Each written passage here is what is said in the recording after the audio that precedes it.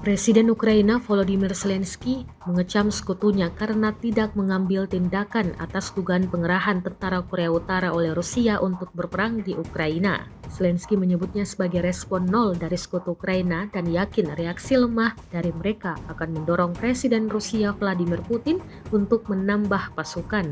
Hal itu disampaikan Zelensky dalam wawancara dengan saluran televisi KBS Korea Selatan pada Jumat 1 November 2024. Sejauh ini, sekutu Ukraina hanya bereaksi dengan memberikan pernyataan berulang yang mengecam Korea Utara dan Rusia. Sementara itu, Zelensky mengatakan Ukraina memiliki informasi intelijen yang jelas bahwa Rusia telah mengonfirmasi pengerahan pasukan Korea Utara langsung ke barat melalui saluran intelijen.